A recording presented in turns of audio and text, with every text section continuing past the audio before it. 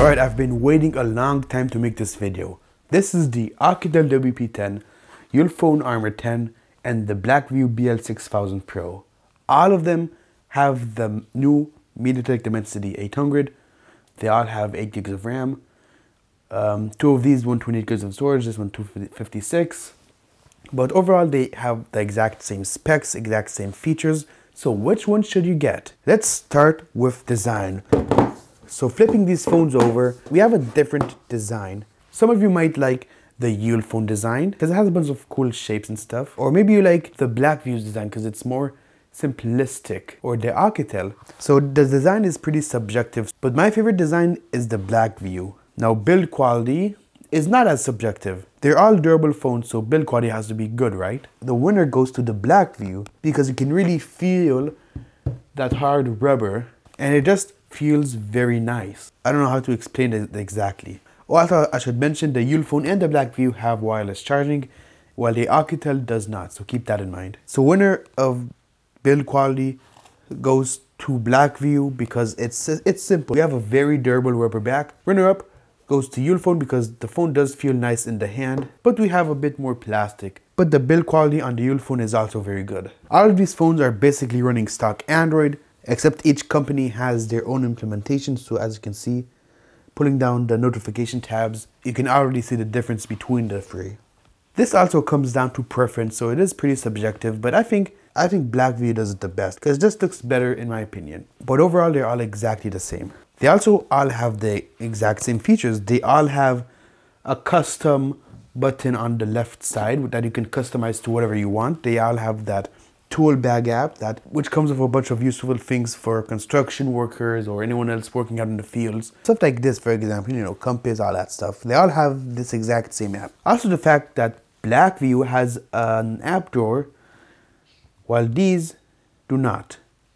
Well, we can always use a custom launcher, but then you can't use gestures. So the winner is Blackview. The face and fingerprint unlock. Where has it been the most reliable? They've all been pretty good, but I think the winner goes to the Alcatel because I've used the side-mounted fingerprint unlock for a while and it never gave me any issues. The one on the rear is good as well, and the one on the Blackview also it's okay, except it's connected to the power button and the power button is very flimsy and it's not pleasant to use at all. And the face unlock on all of these phones are exactly the same. So the winner of the face / fingerprint unlock goes to the Alcatel WP10 Pro. And what about functionality? How do these phones run overall? Do you run into any daily issues, stuff like that? Well, the only real issues I've ran into was the Blackview. I've been trying to type stuff on Facebook, it wouldn't let me, there's this weird bug. Also, you can't focus close up on things with the camera, so the Blackviews been giving me some problems. Hopefully they'll be fixed in an update, but these two phones have been flawless. Also the fact they have way bigger displays than the Blackview, which for me, I love big displays. However, these phones are advertised as 5G. It's one of their main selling points. So it was disappointing to me that when I actually tried to use 5G, even when I was right next to the tower, I got really disappointing results.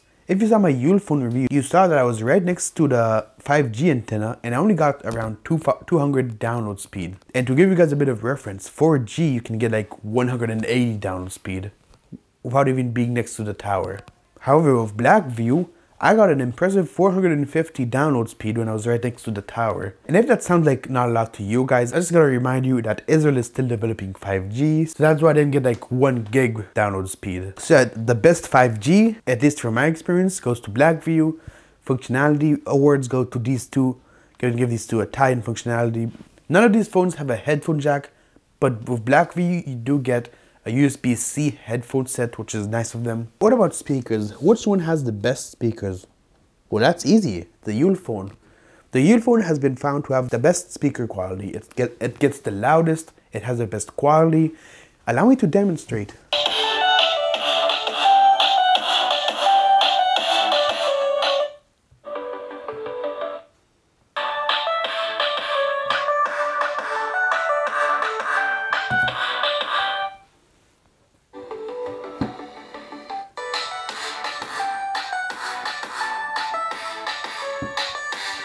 The only problem with the Ulefone is that since the speaker is on the back, sometimes you get that tinny effect, like the sound is coming from far away. But overall, the speaker gets really loud and I'm very impressed. I know this sounds like it's a really stupid thing to compare, but The buttons are very important and it's something we all take for granted. We need good clicky buttons because we're constantly changing our volume, locking and unlocking the phone. So which one has the clickiest buttons? And that goes to the Ulefone. The Ulefone has these nice round buttons over here and they're nice, clicky and tactile. But on the Alcatel and the Blackview, the buttons feel pretty flimsy, especially on the Blackview, even the power button. It feels pretty flimsy, not pleasant to use at all on the Blackview. But the Ulefone, they did a very good job with the buttons. Now which one takes the best image quality? Well, I'm gonna go with the Ulefone. Not only does it take the best pictures and videos in my opinion, I mean, your opinion may be different because, you know, it's overall a subjective topic, but the Ulefone has also been the most reliable because unlike the Blackview, it actually focuses close up on objects. I mean, so does the Alcatel, but it's a bit less reliable. And for that reason alone, I'm picking the Ulefone. I mean, don't get me wrong, the Blackview still takes great photos, but it's just that autofocus issue that I really cannot use this as my main device because it's really important to me.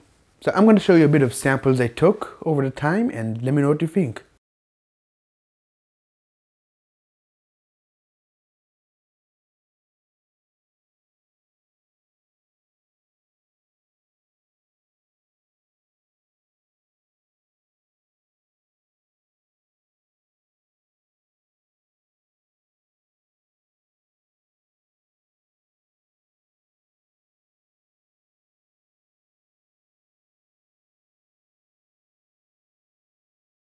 Lastly, battery life. All of these phones have great battery life thanks to having huge batteries, but the winner goes to the Alcatel because the Alcatel has the 8000 mAh monster battery inside, and the rest of these phones have a 5000 something mAh battery, which are also huge, but this phone, the Alcatel, is gonna last you 2-3 days depending how you use it. I used the Alcatel for 2 days straight with heavy usage.